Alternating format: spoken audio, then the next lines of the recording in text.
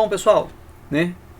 Estamos aptos então para entender o que significa a função seno, tá? Para quem está acompanhando aí os vídeos anteriores, né, pessoal, viu que a gente viu alguns conceitos importantes para falarmos então da função seno, certinho? Bom, pessoal, a partir de agora nós vamos então definir a função seno, exatamente, tá, pessoal? Falar assim, f de x igual a seno de x. Isso, nós vamos tratar o seno agora, pessoal, como sendo uma função, certinho? Isso nos permite, tá, pessoal, não ficar mais restritos apenas à primeira volta do ciclo trigonométrico.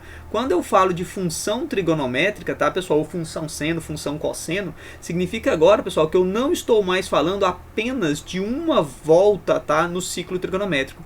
Quando eu falo da função seno, significa que a partir de agora eu posso dar uma volta, duas voltas, três voltas, quatro voltas, quantas voltas forem necessárias, tá, pessoal, no meu ciclo trigonométrico. E o fato de associarmos o seno, o cosseno e a tangente a uma função nos dá justamente essa liberdade, tá, pessoal, de ficar percorrendo quantas vezes forem necessárias o nosso ciclo trigonométrico, beleza? Então, pessoal, qual é a vantagem da gente estar trabalhando então com a função seno, certo, pessoal? Para a gente poder explicar aqui qual é a vantagem da gente estar estudando uma função seno, nós vamos voltar aqui um pouquinho, tá? Bom, a gente primeiro estuda trigonometria no triângulo retângulo, não é isso? Beleza, certinho. E depois a gente vem e estuda trigonometria no ciclo trigonométrico, certo? E agora, tá, pessoal, a gente vai avançar um pouquinho a mais do que isso, certo? Pessoal, vejam bem, no ciclo trigonométrico, tá, pessoal? Aliás, no triângulo retângulo, a gente está lá estudando trigonometria e a gente fala principalmente deste ângulo aqui e deste ângulo, certo, pessoal? Que são dois ângulos agudos. Ou seja, colocando valores inteiros aqui, pessoal, a gente trabalha com ângulos de 1 até, no máximo, 89 graus, correto? Ou seja, então quando eu estou trabalhando trigonometria no triângulo retângulo, significa então que eu estou muito restrito, né? Eu estou falando aqui de ângulos que vão de 1 até 89 graus, né? Lembrando que a soma desses dois ângulos, né, não pode dar sequer 90 graus, certo? Porque senão a gente não teria triângulo. Ok. Bom, pessoal, e aí, quando a gente sai do ciclo do triângulo retângulo e vai para o ciclo trigonométrico, já é uma vantagem muito grande. Por que é uma vantagem muito grande, pessoal? Porque aí, tá, pessoal, a gente passa a ter agora ângulos que vão de 0 até o 360 graus. Ou seja, a gente passa a enxergar agora, tá, pessoal, o seno, cosseno e tangente de 0 até o 360 graus, ok? Ou seja, nós então, a gente estava limitado a 1 grau, tá, pessoal, até 89 graus, ok? Tá, isso no triângulo retângulo.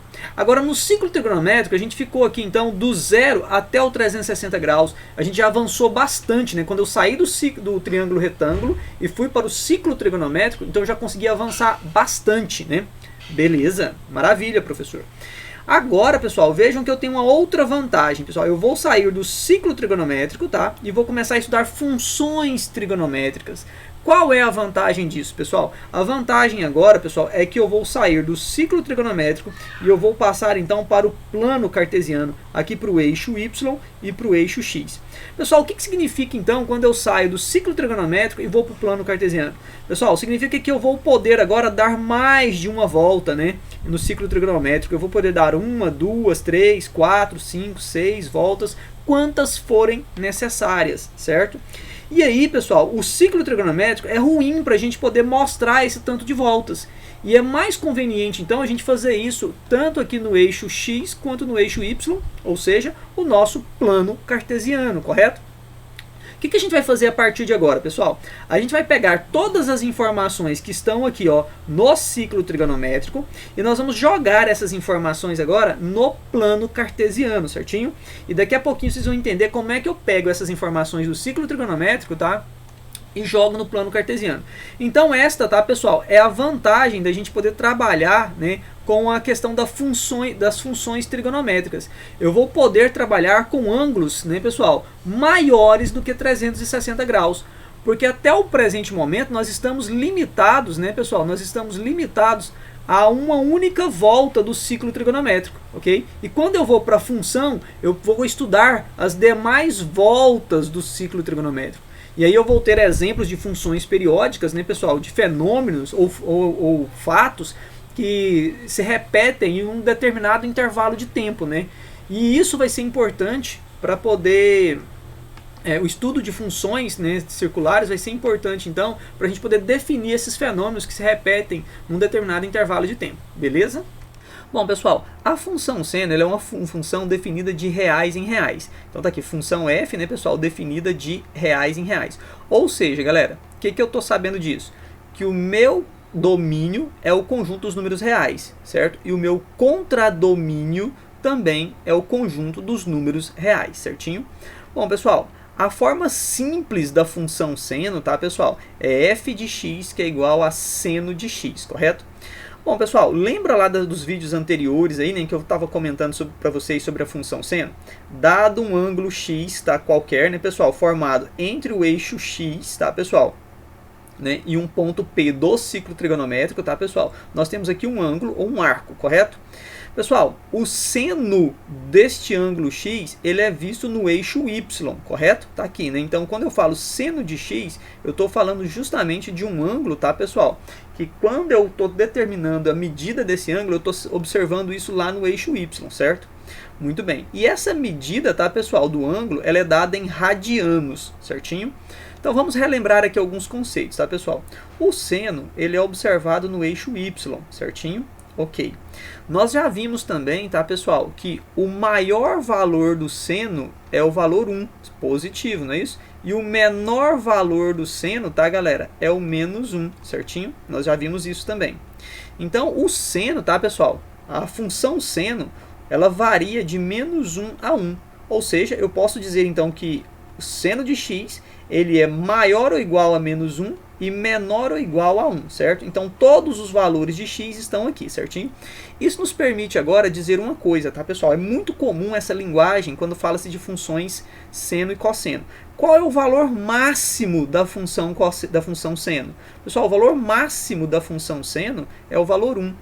Pessoal, e qual é o valor mínimo da função seno? O valor mínimo da função seno é o valor menos 1.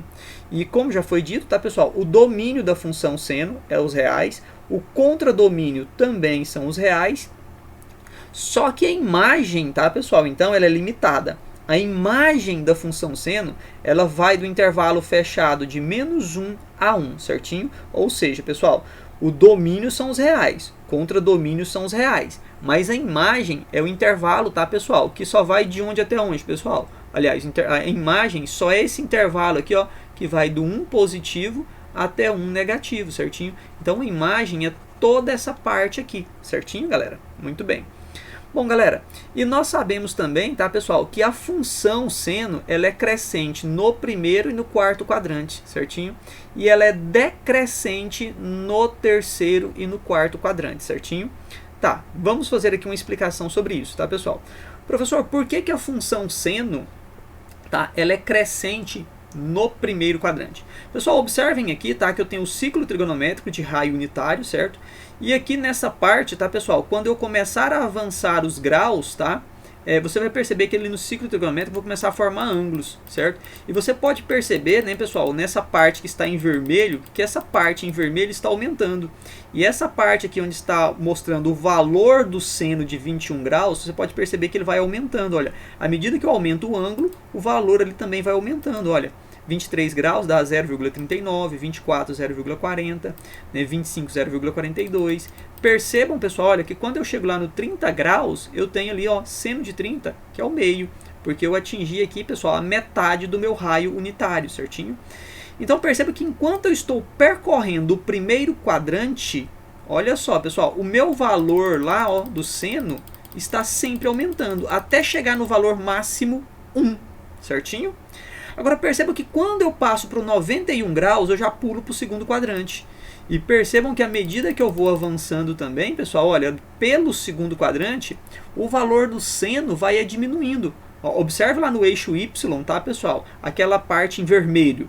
A parte em vermelho, à medida que eu vou avançando, tá, pessoal, pelo segundo quadrante, lá o valor do seno ele vai diminuindo, né? Ou seja, nós vamos tendo menos projeção lá no eixo Y, até nós atingirmos os 180 graus. Quando eu atinjo 180 graus, pessoal, o seno de 180 ele vale 0, porque a projeção lá no eixo Y, tá, pessoal, vai ser lá no 0. E percebam agora, tá, pessoal, que quando eu pulo para o terceiro quadrante, eu ainda continuo diminuindo os valores, certinho?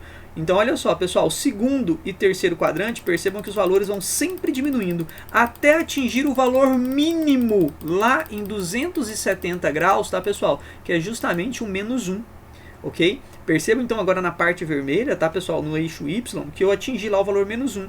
E quando eu pulo para o 271 graus, eu pulo para o quarto quadrante.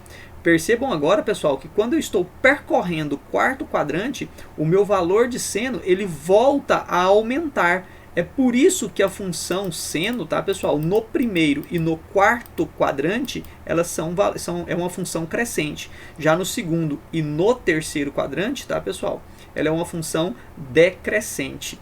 Beleza? Vamos ver aqui então, tá, pessoal? Essa ideia, tá? Então memoriza isso, tá? Porque no primeiro, tá, pessoal, e no quarto quadrante ela é crescente. Já no segundo e no terceiro ela é decrescente. Lembrando, tá, pessoal, que a função